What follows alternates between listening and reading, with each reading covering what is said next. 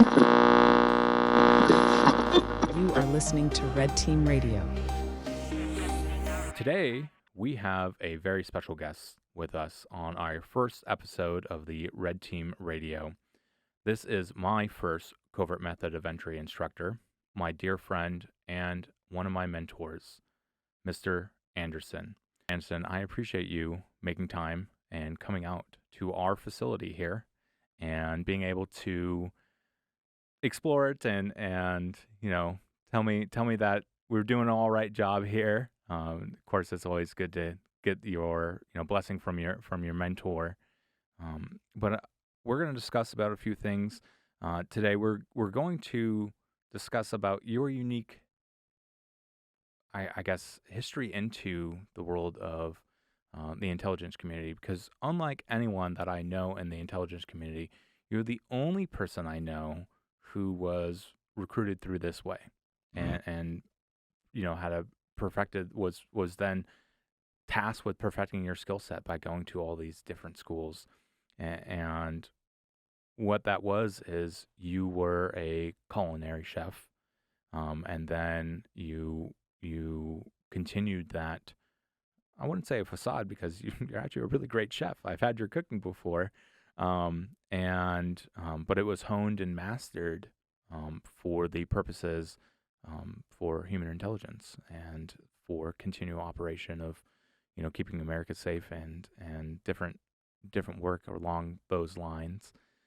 But yeah, can you go into that story of how you first got picked up and how you were able to utilize that skill set, and then the other skill sets that you were taught along that to really amplify and make that your position within the areas that you had to be in a real force multiplier. Yeah, so first of all, thank you, Drew, for having me. It's very good to see you again. And it's great to see you. I really appreciate the opportunity to come and visit and have a conversation with you. I love your complex. I love what you've done. Thank you. Extremely well put together. You've covered all the bases. It sounds like, or it looks like, conversations we've had in the past of what we'd love to have if we had it. Yeah, they definitely influence some of the things that we have here. Yeah, and I'm sure we'll cover some of those aspects of tools and techniques and different offerings that are now available to different entities and what you offer to the public, or I should say the private. Yeah, the private sector versus what we offer to the public sector. That's right. And yes, I am a fully qualified international 5-star chef. Was trained, started cooking at 13.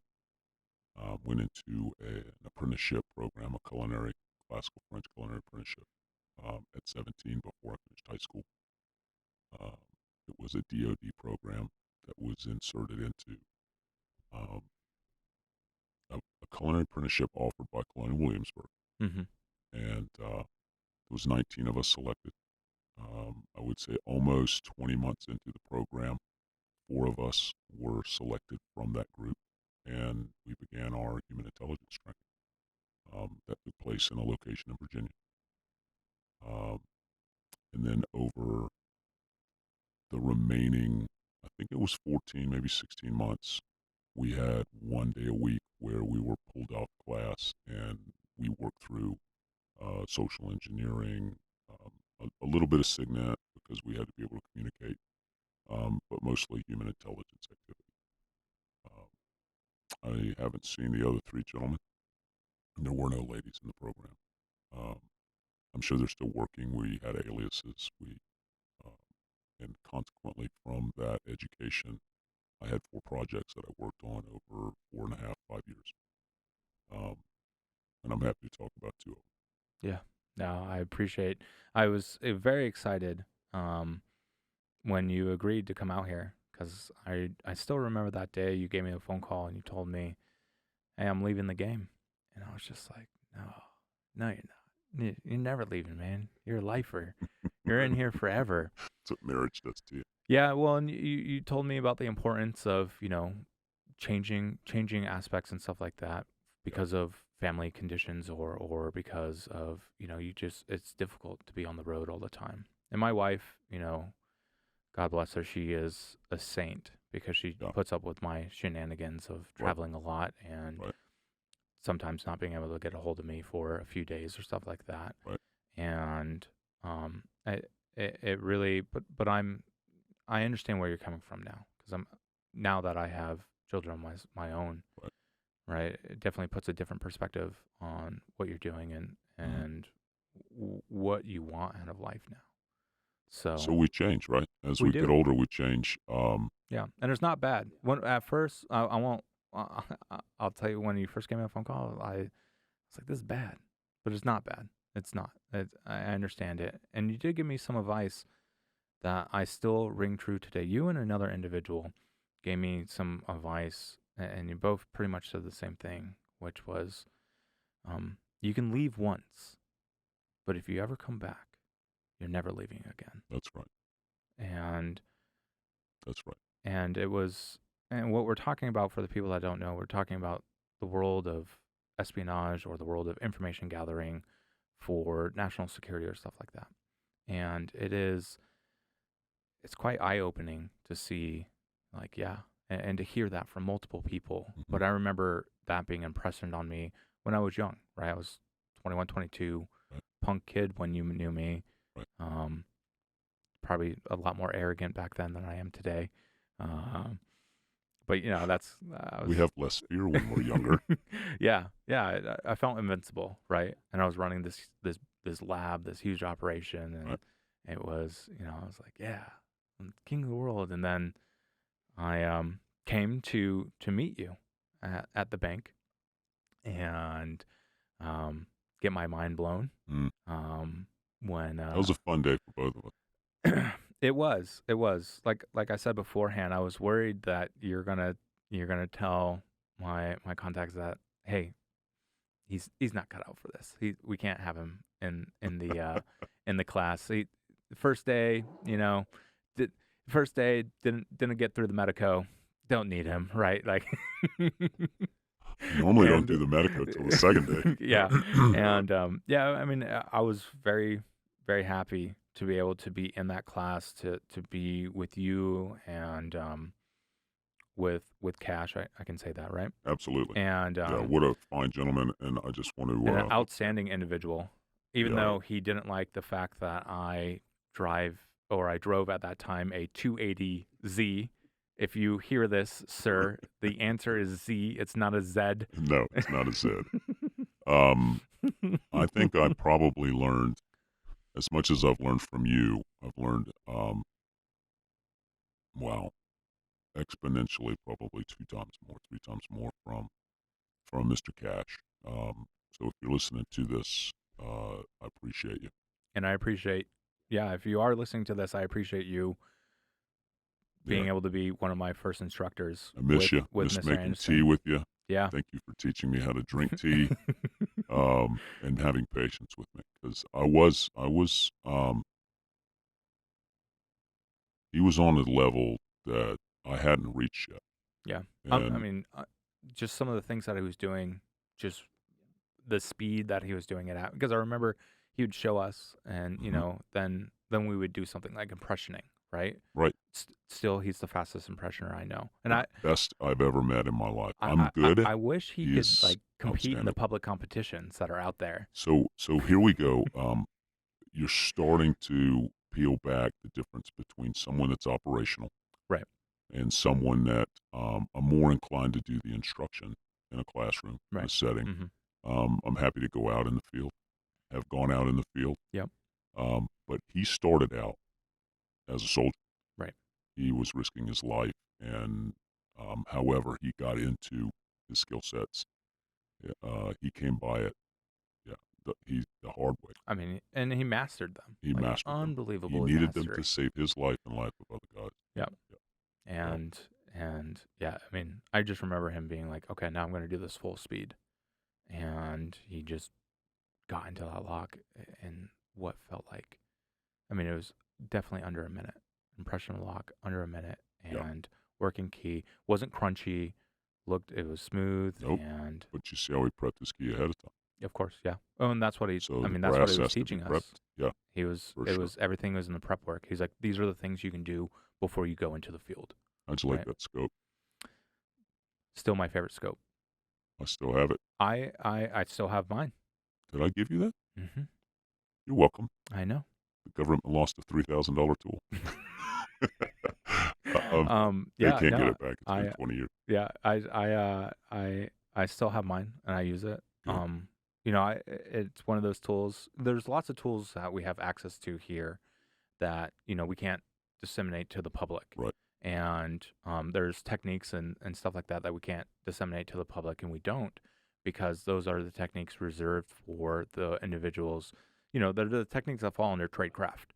That's right. And people's lives depend on it. And yeah, we might know it, and we can't just disseminate that out. There's levels of information that we can give to the private sector, right? And some people might feel like, oh, you're just holding back on us now. And it's just like, It's kind of for their own good, because you wouldn't have a home with anything in it you loved if the bad guy had this intel. right. Well, and it's not even that. I mean, it is that, but it's also, these people, they need to make sure that the techniques that we are teaching them when we are teaching them tradecraft work in the field, because there is no, let me try this again That's right. type of scenario. And it's a level of, and it was really you and many other individuals who I've met, who are active in the field all the time. Again, I'm just a nerd back in the lab, right? Right. I press buttons. Right. I play with radios, and but as the individuals in the field, it was just like, this is, and it really brought, I thought, my development, my engineering for my products that I was making for those teams to another level, because it impressed something on me that I never had experienced before, right?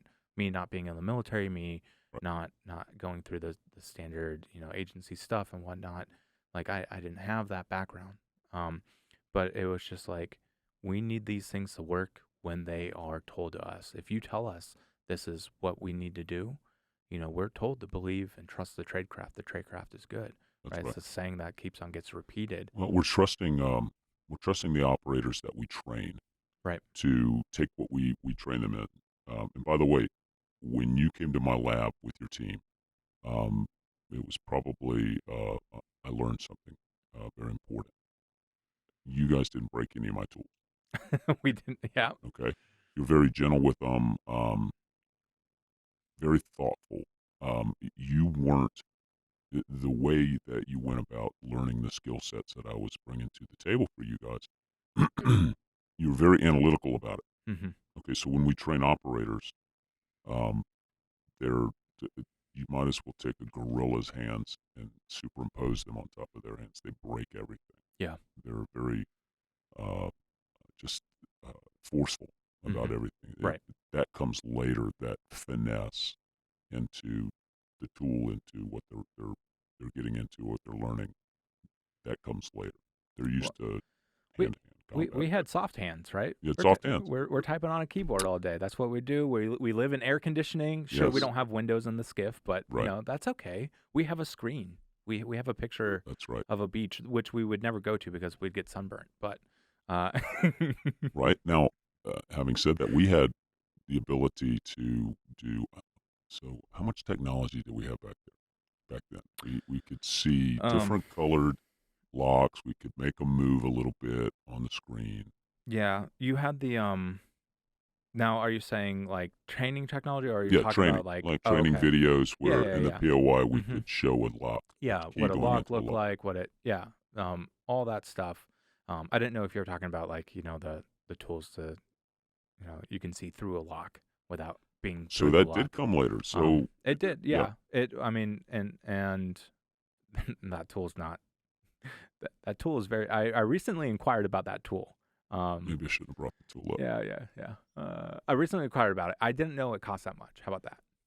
Sorry, people on listening to the podcast. You ain't gonna learn what this tool is, but it Sorry. is very, very impressive. It literally gives you Superman vision. But yeah, it's expensive. They wanted baseline was It's like a Tesla. yeah. Well, it was $250,000. Yeah. And I was just like, what the heck? Like, you can buy some houses. Well, maybe not today, but you could have bought some houses back then for that I price. heard it was like 12, 14 years of R&D on that.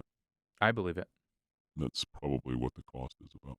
But going back to Yeah. to Anyway, to we have a tools, lot of tools like that. I know, and that's the crazy thing is like there's that world where we talk about covert entry, and then there are the people that they're red teamers in the Yes. commercial world, and they believe they know a lot, and they do know a lot, and but there's a whole nother veil, and I think that was so lucky for me to be able to be in that class where that veil. Not only did I learn, you know, how to do standard red teaming items, I was learning way beyond that because of the tools and Yeah. the techniques. I mean, the individuals that you were working with at that time, it's all clandestine entry stuff. Right.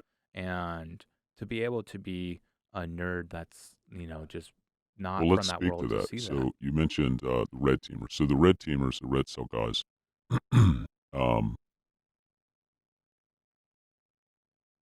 I guess I would start. I was thinking about not mentioning him, but so there's a gentleman in my life, right?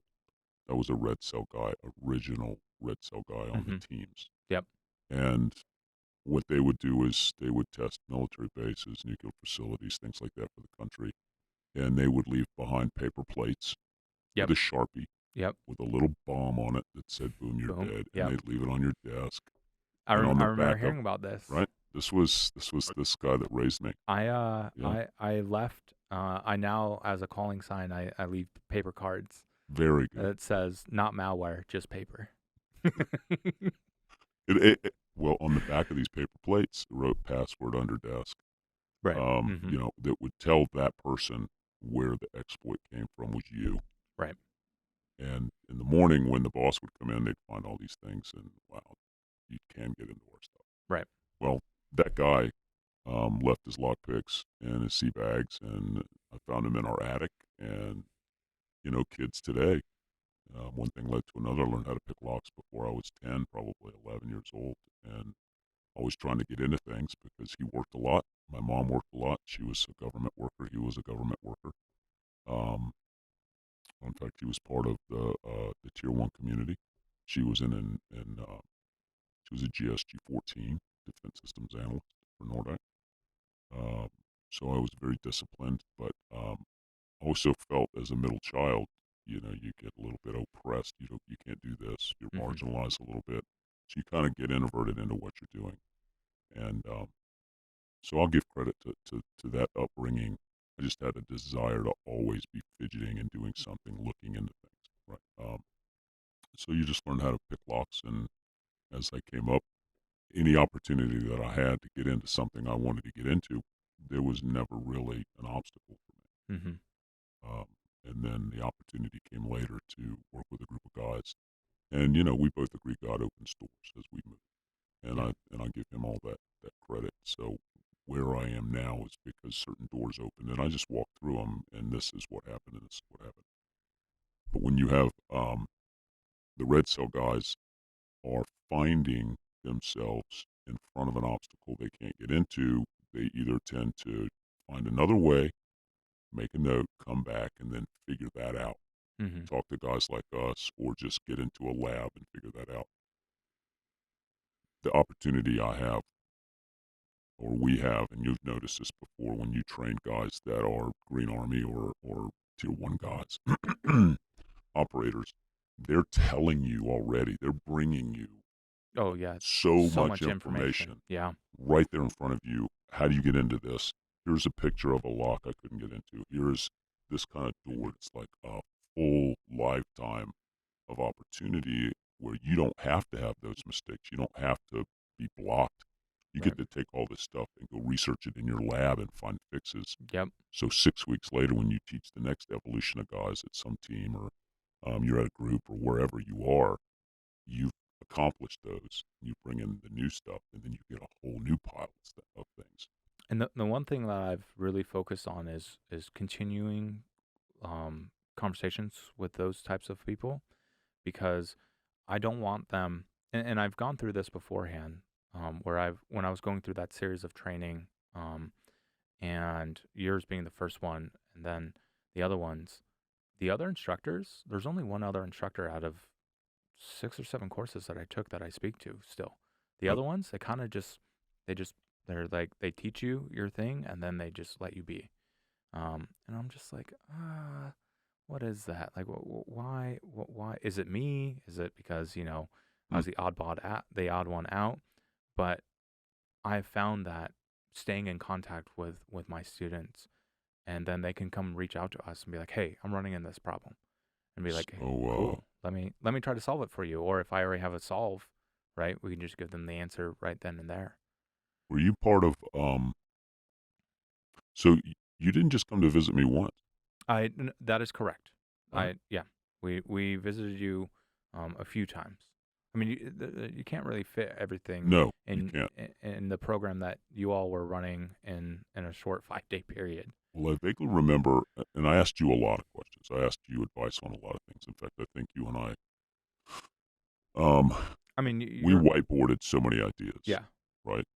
I think we invented a few things that exist now. One of the tools that I had was the keys to Silicon Valley was invented in your lab because it was something that we were going to have to do against a defense contractor. Right. And and now, people that take our classes or people that have seen me, they know what my tool is. It's just a bent piece of wire, Mm. bent in the right way Mm-hmm. to be able to bypass one of the most popular, double door locking systems in what is Silicon Valley, but used in other places as well. But that's why I call it Right. the keys to Silicon Valley. It was invented in your lab. It was invented at the bank. Yeah. And A lot of fun there. yeah. And I remember we would go back and forth because, I had the ones and zeros part, right? And you had the analog part, as we call it, the hands and tools part. And we're able to come up with a lot of great ideas for things that were needed, right? We need to be able to get into vehicles Yeah. without leaving any evidence. So we Yep. can't use external tools, right? That's right.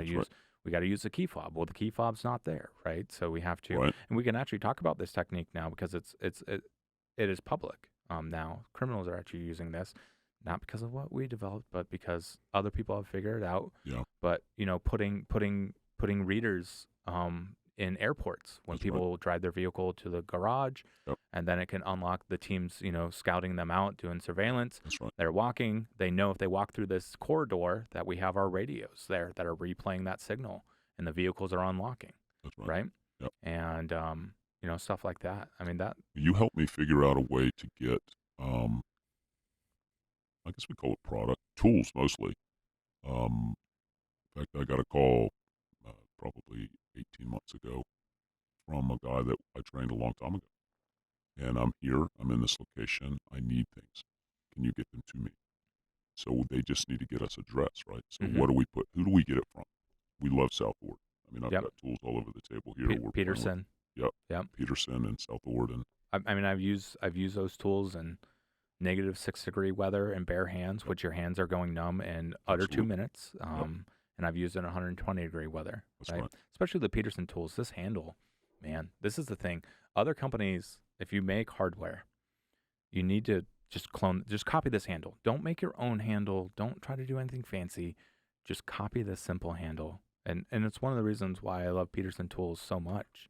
And if, right? and if for the old guys later, see if you can get something right there that's a little softer. Right. Yeah. Yeah. Just so that we don't have the indentation, so that after we make entry, we'll get into that lock later. I mean, you can get in the lock now, but we Do have it later. we have a It's lock into- here for our guests. We make all these custom locks that they go and they said thank you for being our guest on Red Team Radio, and he gets to keep it if he gets to open it. He's already opened it. He opened it before I even told him what it was. He just saw the lock on the table and he was like, "Oh yeah, let me just and he picked it open first." And I was like, "You could have just bypassed it." He's just like, "Oh well, I could pick it open." Well, old habits die hard. Yep. So, I kind of bent up that one. So sorry. Oh, is that why it's not? Oh, well, we'll just spin it back. Yeah, it'll be good. There it is.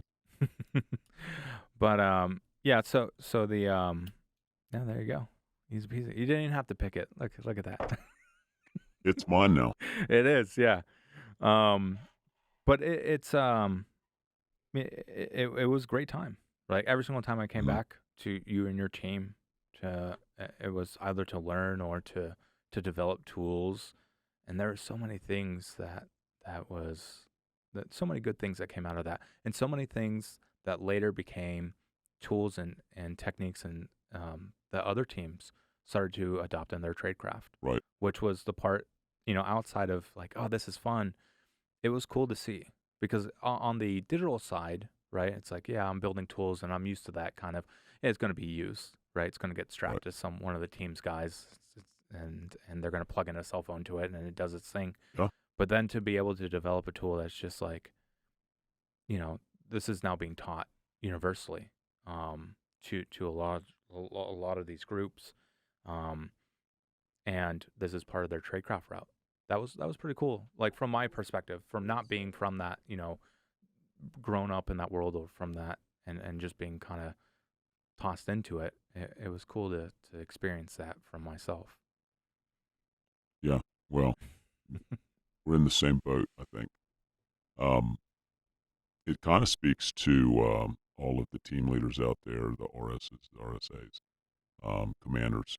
When you hire or bring in experts, you really need to consider continued education because, when we did the evolution of going from first to third to fifth to seventh to 10th group, and then, support group 1 and 2, and then there's 10, among other things, MARSOC and a few other units that we got to train for things. Bring us back. Bring these experts back that are in tradecraft, because the first class that first group gets is not near as comprehensive as the fifth class we teach when we get over to third group back on the East Coast, because what we've learned going all the way across the country from the guys that are in the field that have questions, these intelligent guys, these are wicked smart, so smart soldiers that we have that are young, and they haven't been on drugs. They haven't been, they just have motivation. And people, the term trigger puller is used, but there's not that many. It really belittles some of that stuff as well. It's like, it makes you think like, oh yeah, they got gorilla fists, and it's like, oh, me, He-Man. No. And it's just like, no, these, you would never know. And these guys are just unbelievably intelligent. And sure, they may not know, like from my perspective, it was like, yeah, they may not know all the algorithms or the math that I knew, right?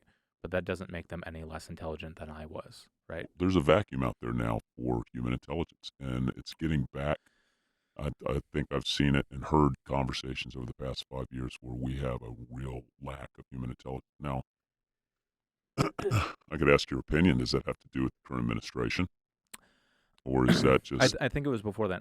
You know what I think it actually has to deal with, and I know we've talked about this beforehand. I think it has to be, I don't blame it on any administration. Right?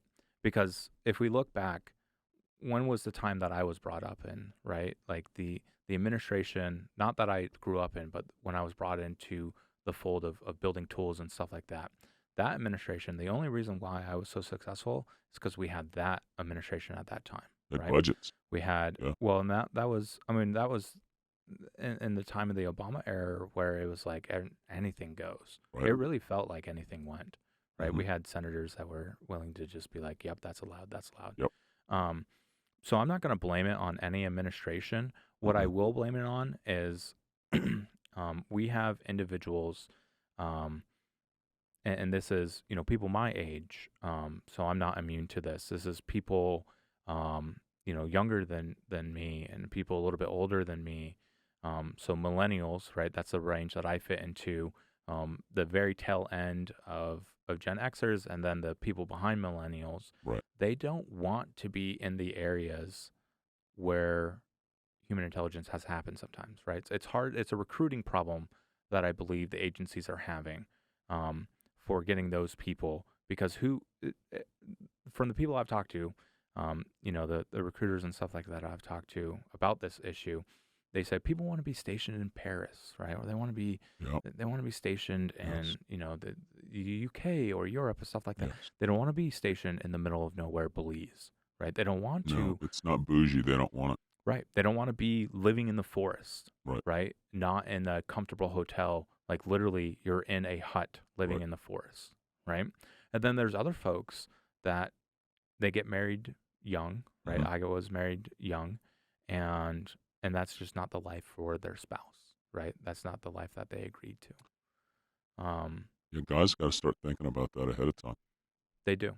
They do. I mean, there's a lot of things that, as we progress through life that we learn and that we can go through, and we can't impart all our knowledge onto someone just because even if we tell them that part of the information, they may not listen. Right. I know there's things that you told me outside of the world of, and this is why I consider you one of my mentors. You're not just a mentor on like covert entry or tradecraft or anything like that. You're a mentor in life. There are life things that we talked about outside of just Absolutely. pure training or work. And there are things that you told me, in life that I probably didn't listen to, right? Because I didn't understand the wisdom that you were imparting on me at that time, right? I took for granted Mm. that because as the young person fallacy, we think we're invincible, Yeah, exactly. and then everything will go our way. Well, you're not by yourself there. I understand that. I understand that. What I'm saying is I am not immune to that, right? And so even when going back to when we are telling young individuals, um, you know, hey, this is, yeah, it's gonna suck, but it's okay, right? Or like, hey, you gotta make sure your spouse is down for this type of life of living that you're gonna be going into. Are they ready? Is she ready to accept this life? Or on the flip side, if she is the operator, the officer, or the one in the field, is your husband ready for that? Right? Are they running into those items? Are they okay with that? Right. And um and and it's just not something I thought about beforehand, right? Like I had a very narrow mind on what it is, and at the same time, like I'm not the guy in the field though, right? Like that's not me. Well, I think I was married when you met me. You were, yes, yeah. And, No, and you definitely were, and it's a balance.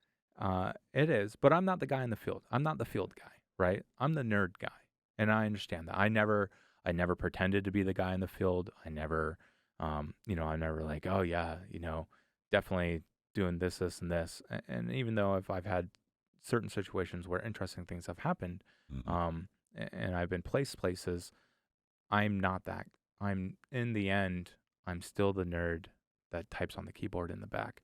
I'm right in the middle, Drew. I'm right between where you're at and a real live hero that is the quote unquote operator, trigger puller, Right. spec shop guys, the guys that make it through selection, that really put a lifetime into their trade craft and in their skill sets. Yeah. And we obviously take our hats off to those guys. We love those guys. Definitely. And I love training those guys, and I love working with those guys and learning from them because they have so much, even outside of their work, they have life wisdom. Great wisdom. They have a different perspective that like I would never have experienced if I had not talked to them, and I just love hearing their stories. And I don't cuss a lot anymore, but they have this thing called it's a no shit way to do things. Yeah. And it's cut and dry, and it's because they've made that choice, Mm-hmm. and they're not going backwards. Yep. They're going to move forwards, and they accomplish things. I think one of the biggest flaws in where we're at today in society is there's way too much talking about it. There's way too much planning, and there's Not enough doing. no execution. Yeah. Right. And sometimes I fall victim to that myself. Well, one thing people talk about, like, oh wow, you have this facility, you have like all these cool things, you're able to do all these great things, and most of it is just like I grind through, and because I was doing things. It's great to have ideas, but you have to execute on them as well. So I'll give you a chef's analogy. Yeah. So what you're doing is we're doing a 6-course dinner here, right? Mm-hmm. You're doing the first 5 courses. The operators are dessert. Yeah. They have to wait on us to do our work. You have to get the intelligence. The first thing you're getting in is, oh, we have a problem. Mm-hmm. Now we got to find out what is the problem. Human intelligence goes in. We look around. How are you skilled for that?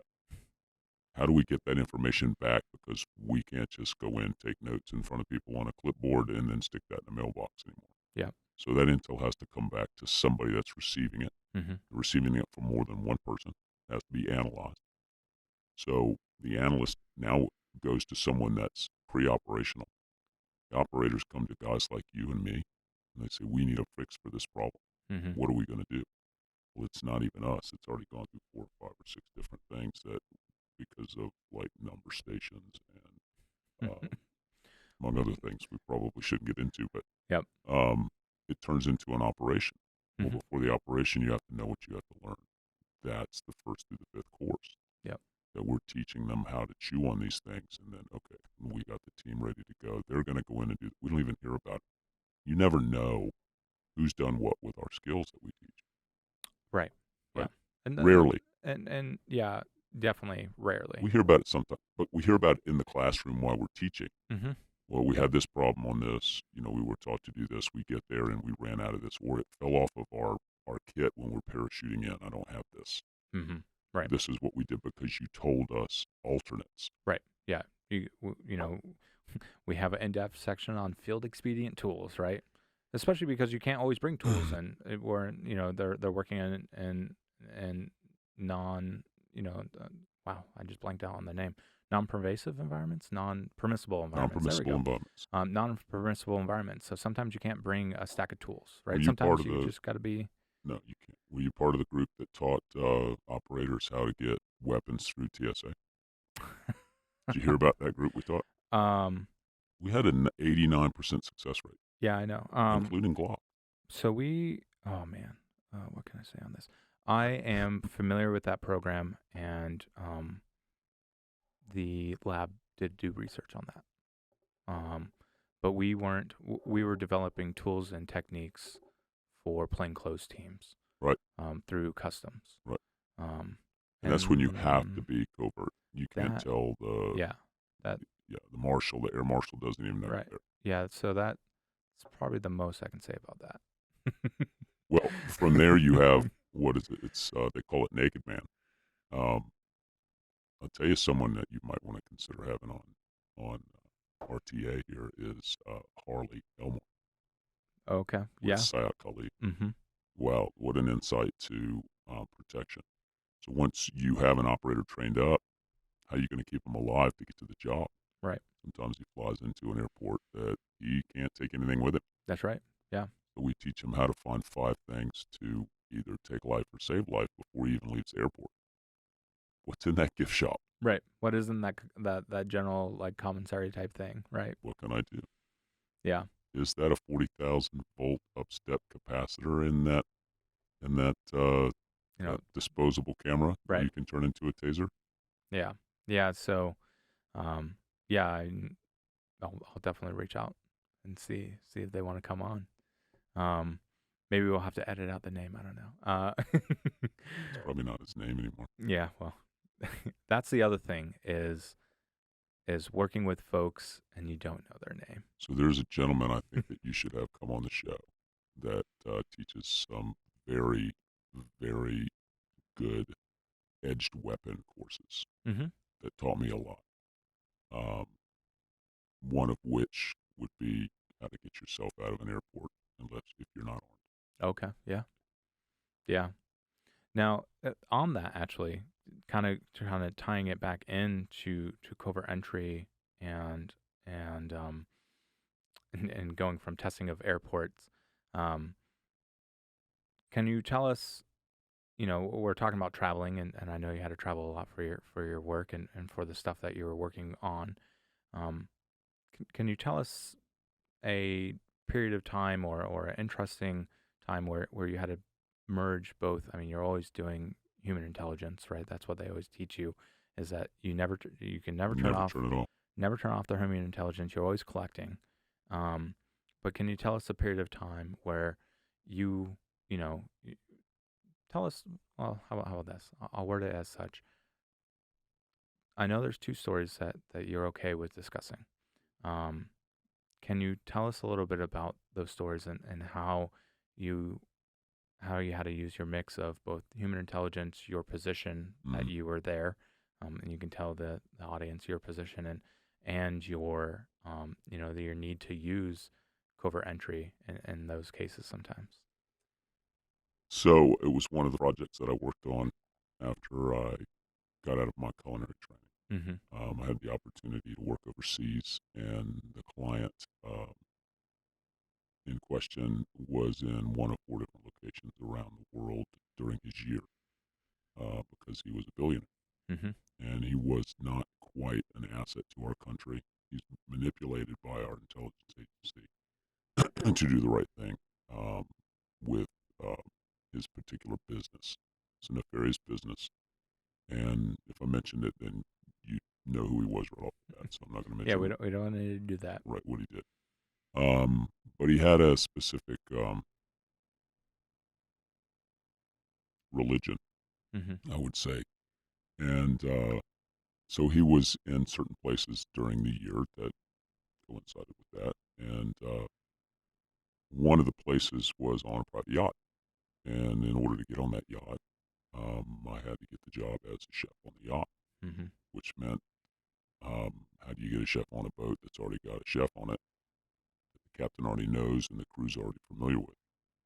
Well, you have to work your skill sets on in 3 or 4 different areas. First, you have to get the chef on the boat to want to go somewhere else on his own. You want the captain to like you and to know you and to become familiar with you there. And you also have to have an influx of uh, good PR coming in from extemporaneous areas. Mm-hmm. So you have to start fabricating. Um, it's probably a good way to put it, fabricating your persona, your branding. So I had to work on that. I had probably about a month, month and a half to get that taken care of. Found some place for the chef to go, got him on another project. So it left a void. Started hanging out in the bar where the captain drank. Got to meet him occasionally, saw me, talked to him, asked him how things were going one day because I knew the chef was leaving in 2 days. Said, I hear you're looking for a chef. Really? How'd you hear that? He goes, well, I'm on the dock. I hear things. Yep. I'm your new chef. So you project Mm-hmm. what you are. So I got hired as the chef on the boat, knowing that in 4 weeks we were going to be in the Mediterranean and we were going to have that client on the boat for a charter. That 4 weeks after that, he was going to become a resident on the boat for 4 months. He was going to rent the boat.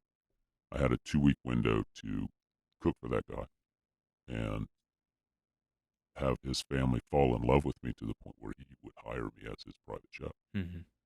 And I accomplished that. Fell in love with his wife, wonderful lady. I just, through human intelligence, you notice things, you pay attention to things, what they like, what they don't like. You always anticipate what their needs are. I mean, immediately. You learn very quickly um, how to please them, Right. more or less. And so you have to be extremely flexible. It's not an operator mindset where I'm going to follow a rule. I'm going to wait right here until I get the go sign. You have to think on your feet all the time. I have to be able to do my job because the whole crew had no idea I was anything but a chef. Only the captain was read into what we were doing. Right. And he was read in to just keep his mouth shut and understand this is what he's doing. I needed to get that job personally, so I would counsel him, this is what I want to do, so that he would come back. He would make suggestions, a suggestion to the client that they should probably hire Mr. Anderson to be their chef. So we ended up going there, and through working with him, I was able to. Uh, most of the intelligence I sent back was where were we? Where were we going? Who was he talking to? Who were the guests that were coming over in his Right. meetings? Mm-hmm. Because of his business, it was very, very important that everybody involved was categorized. Everybody had to be. You have to collect atmospherics on everything. If I could get intel from the butler who would leave his paperwork laying around with the tail number of the airplane of the guests that were coming in. Typical things where it's details, details, details. Mm-hmm. When he was out of town, if I was there, can I get into his safe Right. in his office? Can I take photos of things? Can I dead drop it? Can I get it out some other way? Occasionally, a representative we'd brush past on the road on the way to my hotel in the evening, and that was pre-established through maybe a pub visit.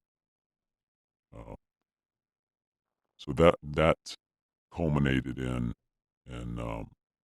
probably best I don't tell you what took place, because it was an event that included Wetworks Yeah. at the end of it. There was an event that happened after that because of the intel I collected. It had nothing to do with the wet work. That was a completely different team, but apparently this gentleman needed to get the message that he couldn't do what he was doing, and yeah, so that's just goes part and parcel. We work together with Yeah. other entities, so we have to do our part. We train the guys to do our part, and because I've had that opportunity to be in it, I can now take that to the classroom. The other one was a gentleman that was born in one country, migrated to a country nearby. Um, I honestly, Drew, have never met a more intelligent guy. I mean, this guy was like, you hear about four-dimensional chess, right? 200 IQ. That's this guy. I once sat with him. In fact, I invented a position other than being his chef. And if I go into the details, then it's pretty easy to figure out, a lot of the things that we don't want to divulge. But I ended up on his boat, and um, it was just him and me. He got very comfortable having just me around. We were very similar in age. Um, I was proficient on Windows platforms, on Apple platforms. I could operate the boat. I could operate the small boat. I could cook the food. I could communicate with his pilots. He just got very comfortable with me handling rudimentary things in his life. So I concocted, hey, I'm your attaché. I was a chef, but I also travel with him. Now I could go with him everywhere Mm-hmm. because covert work is about how do I inject myself into an opportunity to be in the position to collect that intelligence. Right. So as an attaché, I'm everywhere. I go everywhere. And eventually, he didn't want anybody else around him. You become a fixture. You become a fixture, right, and a trusted figure. Fixture. Um, I mean, I watched him create a company in 3 hours, where I did the notes. I took dictation. He talked it out. He'd freeball, spitball it right onto the air, wrote it down, and within 3 months, he was making millions of dollars at this thing that he just created in the middle of nowhere on his boat. Mm-hmm. And just watching this stuff out, he created money out of nothing. He was very important to our intelligence community. So the other gentleman that I was working for, very eccentric, traveled a lot, Mm-hmm. gave me an opportunity to really expand my understanding of how travel was done.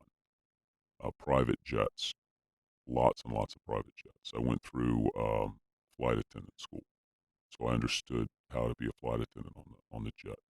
I was able to exploit classes in combat medicine. Got to take 2 or 3 combat medical courses, close target reconnaissance courses, long range, short range surveillance courses, and they all tie into covert methods of entry. Mm-hmm. Everything is about access. Right. So, and I think you and I, and even another friend of ours, had in-depth conversations about social engineering. In fact, we were at his place. Yeah. We were sitting in the lobby having a conversation with him. In fact, he wrote a book. And he started out a long time ago with telephones, Mm-hmm. right? And how inspiring is that? To just the balls on that guy. Does it boil down to that? I mean, it boils down to that. Yeah. I mean, that's what it comes down to, right? Is as the saying goes, or as he would always say, sometimes you just need to ask, right? People want to tell you things. Yep. People want to be helpful, They want to be helpful. and if you present them like, yeah, you can go about it so that you don't have to, ask. But Mhm. sometimes it's just, hey, could you help me with this? Can you get me here? Can you do this? I need this from you. How soon can A you few give it to years me? ago, everybody was empathetic, weren't they? Yeah. What happened? No, no, but you're right. Absolutely. Everybody Yeah. is, most people, I find, they're extremely helpful if you just tell them, "Hey, I can't. I don't know how. Can you help me with this?" Right. Right? Yeah. And it's, people, a lot of people, I think it's just people get told like, oh, you should just be able to figure things out on yourself.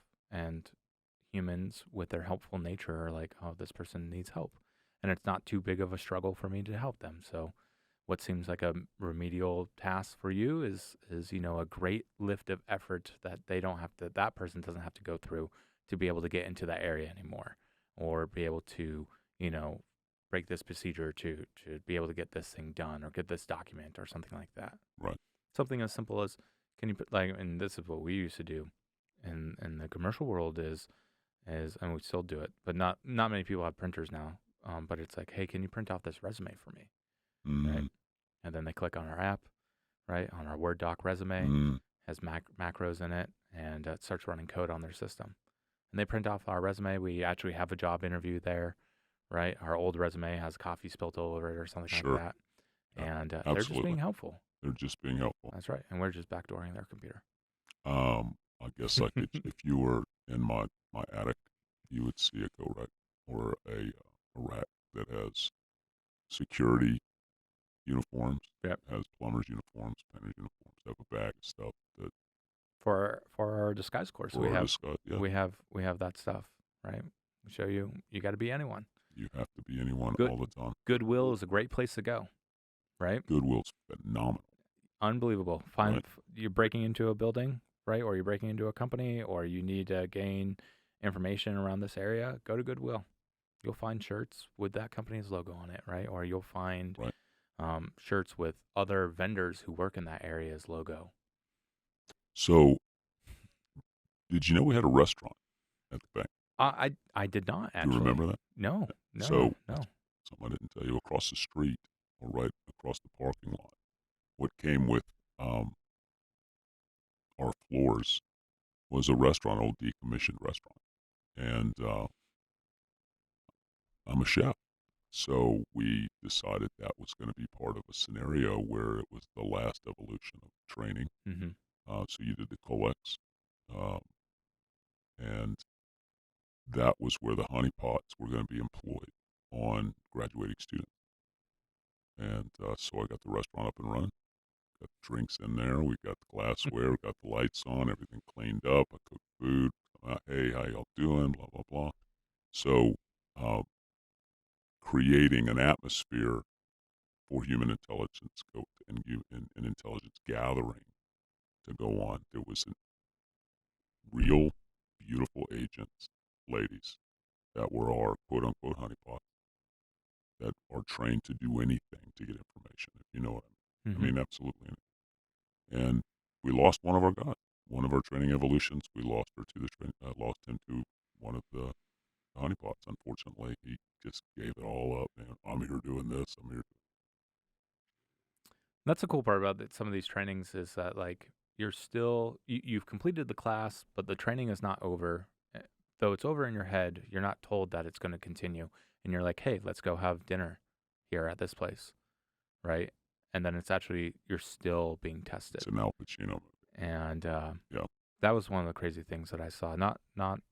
Which was, everything is a test. Nothing is real. Everything is a test. That's right. Is literally how I felt sometimes. You never know. You just never know when it's real life or when it's. So you always take it as real life.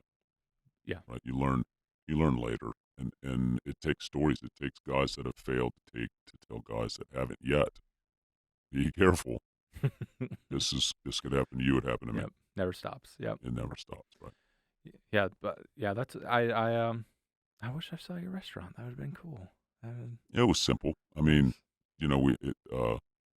I was probably, you guys probably talked about it. I was more interested in the radios you had on top of that building. I think once we were planning that, we decided we would have a get together of everybody from the from work, Mm-hmm. and I invited them to my house. We were just guys from work, and my spouse didn't know exactly what I did at that point, and one of the guys showed up in uniform, and we had a couple Navy SEALs there. We had a couple, everybody who's anybody was there. I mean, it was graduation week, so we had some lettuce. Mm. Some guys that had lettuce on their shoulders, hanging out, having a barbecue, and so I did get a bunch of questions later. What's this about? Okay. My younger brother still thinks I just type on keyboards. Right? Right? If you're watching this, I try to tell him sometimes. I do stuff with locks. I do. He doesn't. He doesn't. Our friends will, every now and again, will, they've asked, I think they've asked my wife, or someone has made a comment, do you work for the government? Are you in FBI? I think somebody asked my wife. Do you think "Does he so work-" little of me? No. I know, right? And I just want to thank Orange for everything you taught me. Right? You know who you are. Oh man. Um, Yeah, that's it comes down to, you know, the spaces in between, right? Is kind of what we're talking about now, which is just the people that we meet, the people that we're able to interface with, right? The people that we've worked with, right. the people that have came back to us after we gave them a tool, a technique, and they're like, hey, we ran into this problem and we solved it this way, Mm-hmm. right, in the field, and they're having to, come up with stuff, and it's like, cool, put that back in your little memory bank, right? Give it a try out in the lab, and be like, yeah, okay, that's cool. This is so if it doesn't work this way, we know that we can make a slight modification and it will work this way. And I think that's one of the things I really like on the commercial side of like the teams that are working commercial world. So private sector pen testers, private sector red teamers, is that they are just happy to share information with everything, and we can, because like we said earlier, sometimes when you teach a team or something like that, you won't hear what happens at that, right? All you Right. will know is if you don't hear anything, that's usually good because that means nothing broke. But then at the flip side, you're like, oh, I can't retain. I want to know some information, but for whatever reason, they can't tell you like past certain stuff. But on the commercial world, it's just like, oh yeah, hey, tell me. Okay, so you ran into this. You're running into these items. Okay, try these items. Oh, did it work? Did it not? And it's a more active back and forth that can happen, and I really do appreciate that with the commercial red teams, and just it's they can join online communities, and they're more willing to discuss things through text messaging, right? Where it's not that's not how it goes with non-private sector folks, right? We talk in code, the bank, right? Right. Yeah. We like no one, unless you have been there, Right. no one knows what that is. Right? So you make a very good point. Your side of it, your clients typically asking you to help them prevent someone, a bad actor, from doing terrible things to their interests. Mm-hmm. And on my side, I want to get information about that bad actor, Right. so we can stop them from acting bad. From doing terrible things. Right. Yeah. So I have to go get it. Right. You have to be able to prevent it. Right. And try to think of all the ways that they're going to try to get through. And think about how that works together, right? You came to me. Yep. I'm showing you what we're doing to get in to get it, and you're telling me I need to use this to be able to prevent things from happening. Man, that's just a perfect symbiotic relationship. And it's a relationship I think the government is a little hesitant to actually really expand on. Like there's things where the government works with private sector and stuff like that. There's like InfraGard with critical infrastructure. But there's so many other spaces in the private sector world that could benefit from that knowledge from those individuals, the teams and stuff like that, that would stop, ransomware from hitting a hospital and causing, an infant to die because they couldn't in the prenatal care, or in the NICU. Right. One of the computers locked up. That's This right. is a true story that happened. A little baby died because the computer was set up by ransomware, if the government could have worked better with the private sector, not necessarily to help them secure it, but to tell them, like these are the things that are coming down, these are the techniques and stuff like that. Did this happen at a VA hospital or in a regular Regular convention? hospital, I believe. Yeah. Okay. And yeah, it's super super heartbreaking.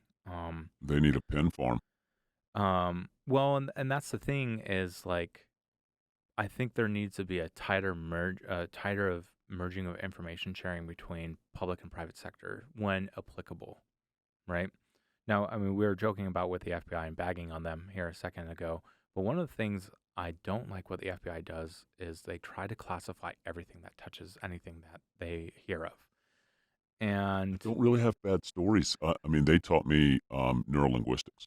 no, there are teams that do great things, right? The team I respect the most out of any team that I worked with, not just within the FBI, is the child abuse teams, right? Yeah, Like I very, can't. very good. God bless you guys. Yes, I couldn't do that job. Right. But I wish that there are instances, like in the financial sector, I knew there were some attacks, that there was inklings that these bad actors from XYZ countries might be doing something to these medium-sized and smaller-sized banks. Yeah.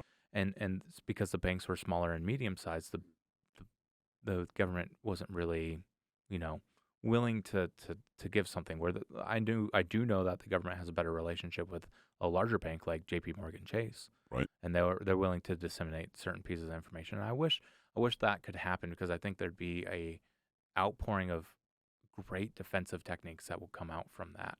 That might look like a fusion center. It could be right, like an in between a fusion center at Yeah, the you cities. just have a lockout on both sides. Right. Somebody in the middle deciding. Mm-hmm. At least you have a place to go for all the information, right? Yeah, but and I found depending on the fusion center that, and this is where I was complaining a little bit about the FBI is sometimes they'll be like, oh no, this now has to be this is restricted access so that more private companies can't see it. And it's like, Yeah, but I we've understand become there's a that, balancing though, right? act. Everything is classified for some reason nowadays. Yeah, What and is up that's with the other that? thing I don't understand. And that is not a solution or answer I think either of us could ever solve. But yes, there No. is an overclassification of items, I This is believe. not a political challenge. This is not, no. I think there is an overclassification of items, and I think it hurts the private sector a little bit. And that would be one thing I wish, especially in the physical security world. I wish we could be more open with certain things, and some of the things could be unclassified so that we can talk about it. Because especially when we deal with, everyone talks about like, oh, what's going to be the next big one? What's going to be the next 9/11 or something like that? Mm. And I full-heartedly believe it will be a cyber and kinetic combination Yeah. attack. Absolutely agree with you. And Yep. I believe that physical entry will play a part into it. Well, it has to because, from my understanding, it's pretty easy to execute an EMP attack on the United States from almost any altitude. Yeah, and that in itself, But it has to be in it conjunction with is. other things. Once Right. the electronics are gone, all you have is hand tools. Right. Yeah. Well, and that's definitely something Congress worries about, right? That's definitely something I've had to work on before, for our national security. But I was thinking even smaller than what we'll call the Armageddon attack, right? Because Right. that is what we classify as like the Armageddon attack. Right. But the attack where it's a smaller, even like a dirty bomb or something like that. Well, death That by is 1,000 then, cuts, right? yeah, that then, or a coordinated attack against critical infrastructure, both in physical and digital, right? And people here in the U.S., we won't do well without power for 10 days in a large scale. Waterworks, energy, Yeah. food sources, all of these things, medical. Yeah.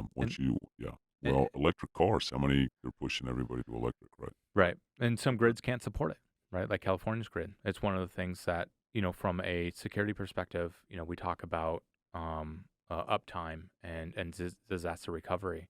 And we have to have these conversations with the utilities in California about that. Like, hey, these are your realities. We we need to be prepared for this type of item.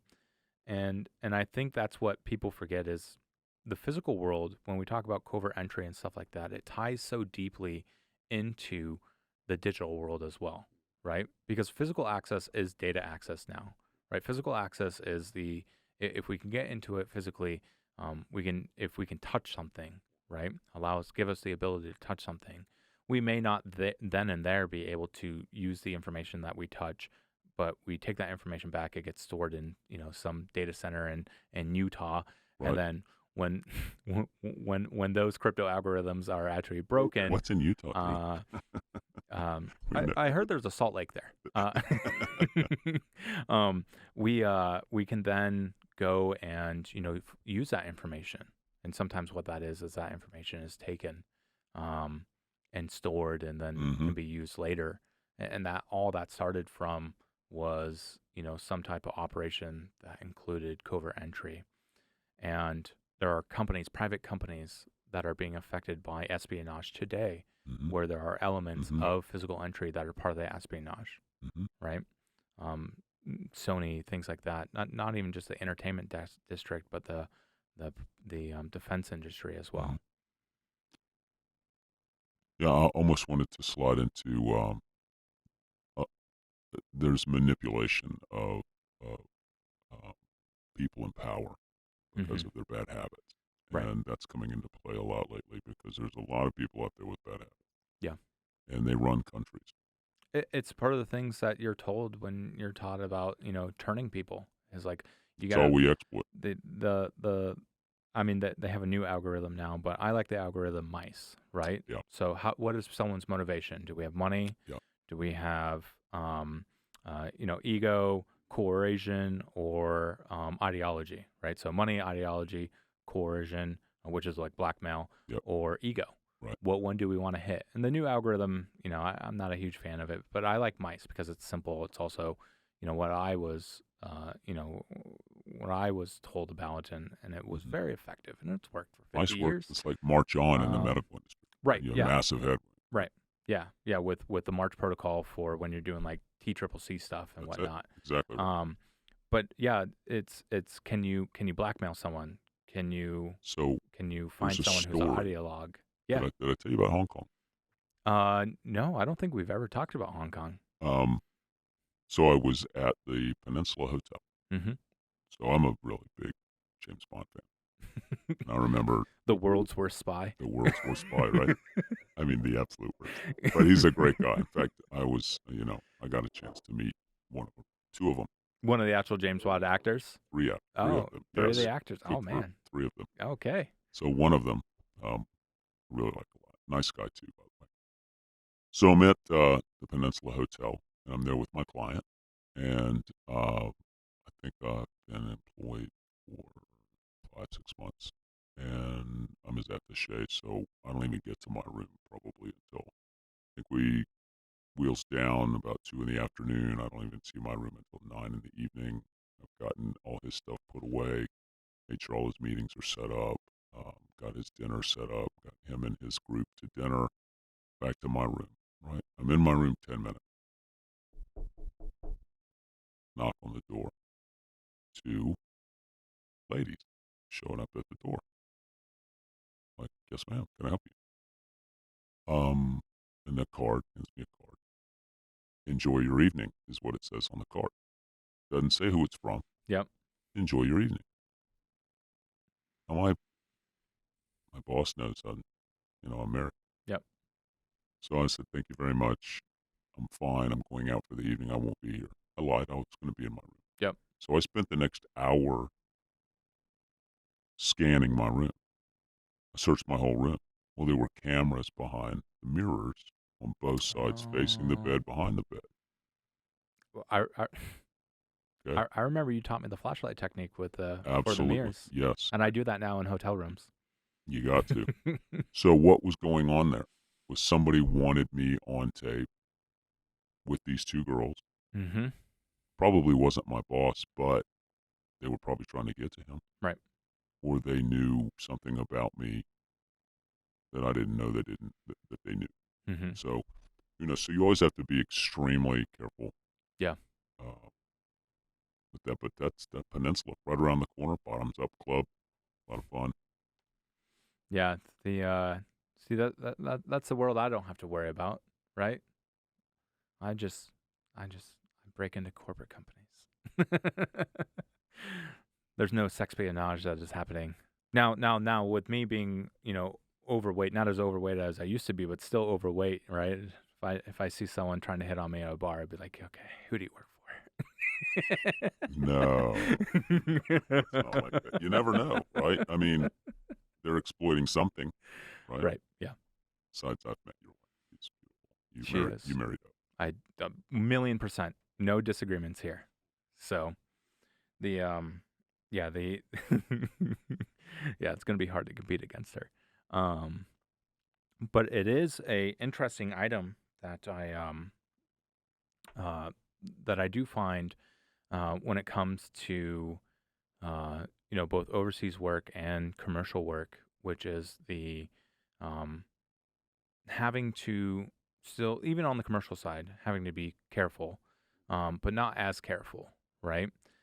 Noticing something. Now, if two people randomly came up to a hotel room while working on a commercial gig, that'd be even more suspicious to me.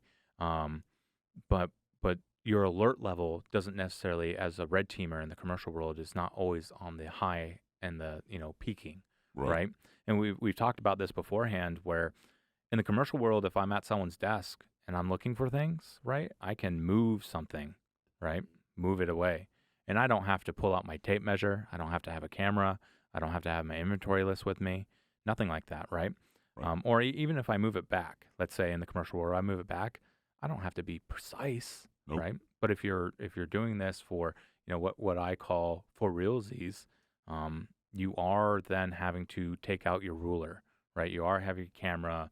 You're using augmented reality type stuff now. So I've heard to help you with that, but you are making sure everything is exactly where it was, right? Well, you're an expert at it now. So there are atmospherics. You have to be conditioned to the atmospherics. So in the old days, we would call it first entry or first break. Mm-hmm. And when you crack a door, you stand there for a minute or two, sometimes 5 minutes. You want to let the air come in, the air go out. You want to smell things. You want to listen. What clicked? What did you hear? Is there something hissing? Is there a ding? What is it? Mm-hmm. Once that's happening, the door's open, the sheet goes down, the door closes, and you stand there, and you're ready, as if you're standing in front of somebody for a fist fight. You should be expecting anything and everything at that point. You're doing it in the spirit. Thank you for joining us for part 1 of this episode of Red Team Radio. Part 2 will be released January 17th, 2024. If you want access to the full episodes early, visit our site at redteamradio.net and click the support button to join our Patreon, where we have exclusive content and early access to other episodes. Make sure to like and subscribe and share this video with all your friends. If you have any recommendations for who we should interview, email us at host@redteamradio.net. Stay safe and happy hacking.